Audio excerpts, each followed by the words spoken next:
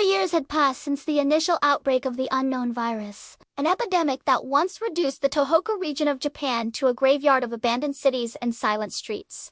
Through ruthless quarantine measures and the rapid development of a vaccine, humanity believed it had pushed the nightmare into history. But the virus was never truly gone.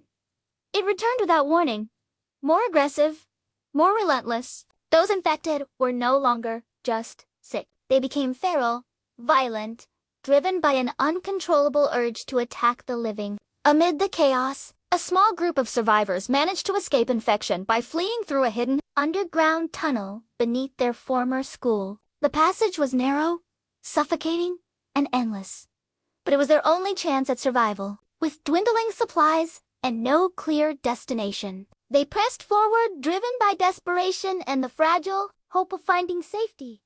Their search led them to an abandoned restaurant buried in silence. At first, they feared the worst, that the shadows inside concealed the infected, but instead, they encountered another group of survivors, equally cautious, equally desperate. Tension filled the air as both groups stood on edge, ready to fight or flee. Then slowly, words replaced fear.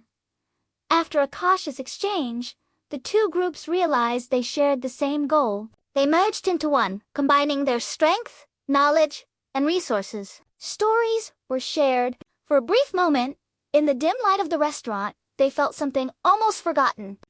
But safety was an illusion. Supplies were running low, and sightings of the infected were increasing by the day. Staying put meant certain death. The group made a decision that they would leave the city and search for the government-established safe zone rumored to still exist beyond the quarantine perimeter. Then, everything fell apart. One of them, a close friend, someone who had fought alongside them since the beginning, began to show signs of infection. At first, they denied it. They clung to hope, to the possibility that it was something else. But the truth could not be escaped. With heavy hearts and trembling hands, they made the most painful decision of their lives, to end her suffering before she could turn. No one spoke afterward. The silence that followed was heavier than grief. And as if fate itself wasn't finished, tragedy struck again. Two more survivors became infected. But unlike the first, they made their own choice. Rather than risk harming the others, they quietly stepped away from the group. With faint smiles and tear-filled eyes, they said their goodbyes not as victims, but as people who chose their own end. Before anyone could stop them, they disappeared into the darkness beyond the restaurant, leaving only echoes of their footsteps behind.